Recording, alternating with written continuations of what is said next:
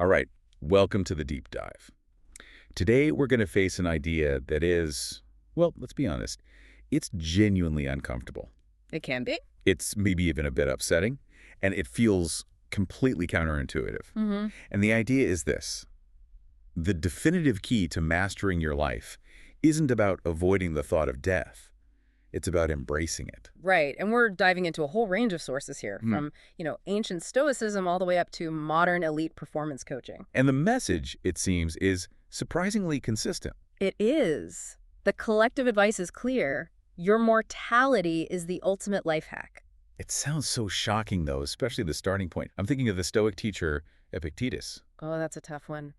He suggested that as a parent, when you kiss your child goodnight, you should whisper to yourself. He may be dead in the morning. Exactly. And in our modern world, we just recoil from that. It sounds like you're tempting fate or just... Being cruel, dragging this horrible, unnecessary thought into what should be a pure moment of love. It feels that way. It really does. But that's not the point of the exercise at all. So what is the point? Why would this ancient wisdom prescribe something that feels so negative? Because it is the fastest, most efficient way to demand presence. Ah. The Stoics understood that our default setting is denial. We just drift along, acting like time and love are these infinite resources. Right, we take them for granted. Completely. Stefan Zweig, centuries later, he had this perfect metaphor for it. He said, we can't see the majesty of the stars until the darkness falls. And mortality is the dark side. Mortality is the darkness. Yep. It's what makes everything we have right now luminous. We ignore the value of life like we ignore the stars during the day just because the sun, our denial is too bright. That reframes everything. It's not about pessimism. It's about clarity. That's the mission. So, okay, our mission for this deep dive is to take this challenging concept, this active awareness that everything is impermanent, and pull out the practical daily wisdom. How does knowing your time is finite actually change your immediate priorities? How does it improve your relationships or clarify the work you choose to do?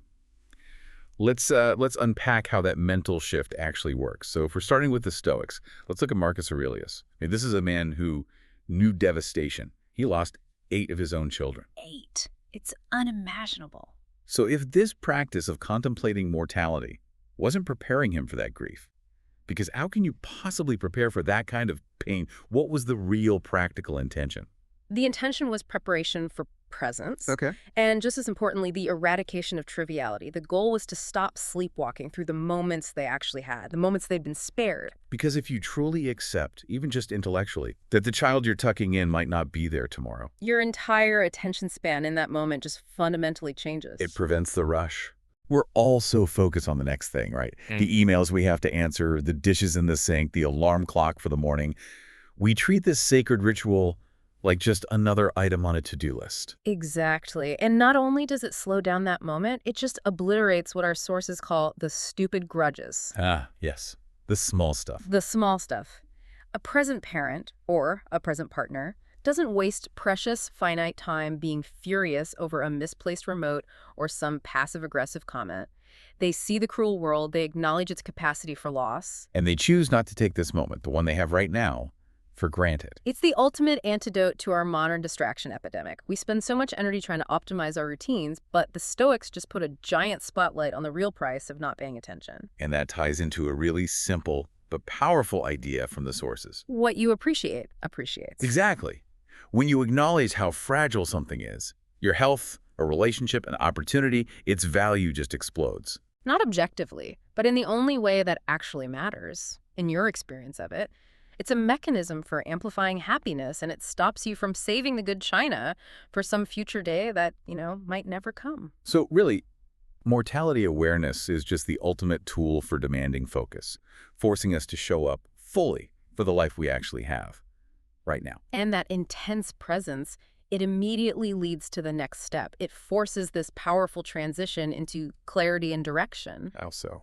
While if you truly internalize that life is brief, it clarifies your priorities with what one of our sources calls brutal efficiency. Brutal efficiency, I like that. You stop dithering over choices that just don't matter in the long run. Which brings us to that famous ladder analogy. And most of us are just moving frantically, right? Optimizing our time, our skills, climbing and succeeding. Based on metrics that somebody else handed to them, society, their boss, their parents.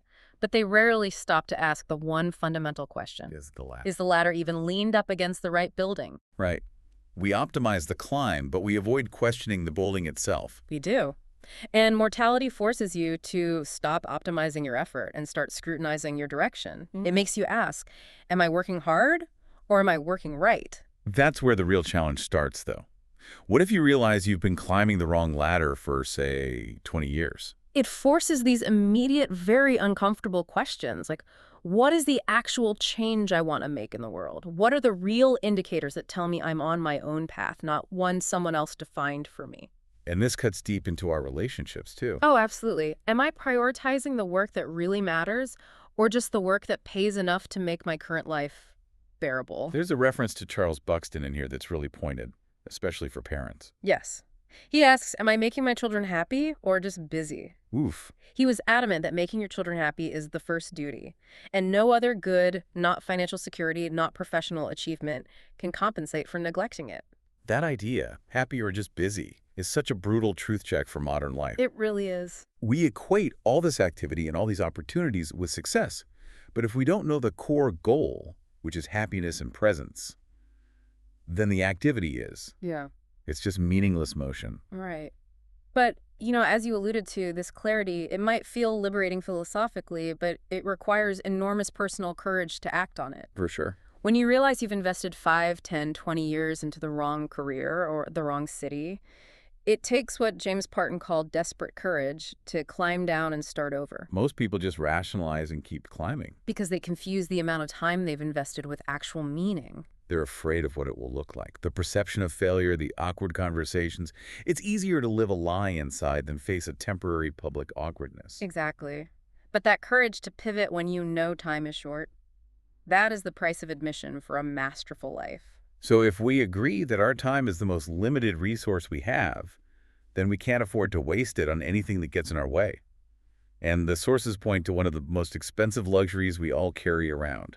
The ego. The ego. Ego is just unaffordable when you're trying to maximize your impact in a finite life. Simon Sinek talks about this. He says, great leaders know that the total knowledge of everyone around them is vastly greater than anything they know alone. So when you have little time and an infinite amount to learn, you just can't afford the defensive posture of pretending you already know everything. And that humility, it should really dictate where we look for wisdom. The sources bring up Leonardo da Vinci's advice here. Right. He said, don't seek counsel from the most successful person. But from those who rule themselves well. What's the subtle distinction there? Oh, it's a huge distinction. Success is often external, right? The size of the house, the fame, the salary. Ruling yourself well is an internal state. It's discipline, mastery of character. It's having done the hard work of aligning your life with your values. So their advice comes from a place of meaning, not just a place of gain. Precisely. And this shift in humility, it changes how you see everyone, especially people you might be quick to judge. There's that great Spanish proverb, Lo que Juan dice de Pedro, dices más de Juan que de Pedro. Which means what John says about Peter says more about John than it does about Peter. Well, it flips the script entirely. It turns other people into mirrors and, crucially, into teachers. If you spend time criticizing someone at work for being too cautious, you're not revealing something about them. You're revealing your own anxiety about risk or your own fear of slow progress. Okay, so if I see someone relentlessly chasing validation on social media, and my immediate judgment is that they're shallow, the mirror is showing you your own fear of being unseen, or maybe your own struggle to validate yourself from within. Wow. If you dismiss someone as too aggressive, maybe you're just revealing your own comfortable resignation to smaller goals. Mortality makes you realize you don't have time to judge, because every moment spent critiquing someone else's journey is a moment you're not spending on your own. That is peak efficiency, turning every interaction into self-reflection. It is, but to get from that philosophical realization to, tangible, daily change, you need a structure. And that's where Michael Gervais's blueprint for mastery comes in. It simplifies the whole project into just 3 categories. That's right. Train the mind, train the body, and train the craft. Elite performers get it. You can't have sustained excellence unless you are training all 3 every single day. Okay, let's start with the mind. We've talked about the foundation, the daily mortality meditation, examining your assumptions. But what does training the mind look like beyond that? It's about relentless introspection, really, and building internal boundaries against all the noise. Training the mind means consciously choosing presence over distraction, which is a daily battle. It's a fight. It is. It means having an operating manual for your own mind, knowing your biases, knowing you make bad decisions when you're tired or hungry, and then structuring your environment to help you win. It's the discipline of continuous truth-seeking self-assessment. And then there's training the body, which I think a lot of people neglect when they're chasing intellectual or professional goals. Mhm. Why is the body so crucial here? Because we aren't just brains in a jar, we're integrated systems. The body holds a wisdom the mind can't access on its own: intuition, stamina, the raw physical ability to sustain a long, difficult effort. Daisaku Ikeda is quoted here, saying mastery requires the health to persist, reinforced by patience and love. If the vessel breaks, the craft stops. It's that simple. If you neglect your body, you are literally setting a timer on your own potential. That shifts the whole perspective on fitness, doesn't it? Mm. It's less about how you look and more about sustaining your capacity for meaningful work over a lifetime. Absolutely. Which leads right into the third pillar, training the craft. And for this, you need a ruthless clarity. The wrestling coach, Dan Gable, Dan Gable, he said, if it's important, do it every day. If it's not, don't do it at all. that just cuts right through our modern culture of being constantly busy with low-impact tasks. But this is where the ladder test comes back in. It has to, because you can become incredibly masterful at something that is fundamentally meaningless. You can become a world expert at polishing the wrong wall. Precisely. There's an Arab proverb, wishing does not make a poor man rich. Only consistent, deliberate practice creates transformation. But that practice has to be aimed at the right building. Direction has to come before intensity. So all of this philosophy, this clarity on what building to climb, this blueprint for training, it's all completely useless without turning it into habits. Relentless habits, the source reminds us. First create your habits, then your habits will create you. And we need that daily habit because we're just designed to forget this stuff. Oh. Andre Gide observed that everything that needs to be said has already been said. But since nobody was listening the first time, everything has to be said again. So we have to repeat the mortality meditation every day. Because we will naturally drift back into the comfortable denial. It's our default state. That daily whisper to yourself, that little snap to attention, it's designed to save you from wasting today on petty grievances or big picture procrastination. And that awakening, it brings us to the most profound gift of all this: connection. Most people, when they're in that state of denial, they're always trying to separate themselves from others, to feel superior or more secure or more successful. But when you actively face death, you can't help but see it reflected in everyone you meet. It's the great equalizer. It is. You realize every single person you encounter, the CEO, the bus driver, everyone, is engaged in the exact same brief, fragile, infinitely precious existence. That realization just eliminates separation. It has to. It fosters this tremendous compassion, a sense of shared urgency. It reinforces the knowledge that we are all fundamentally in this together. That knowledge we talked about isn't just about absorbing information efficiently.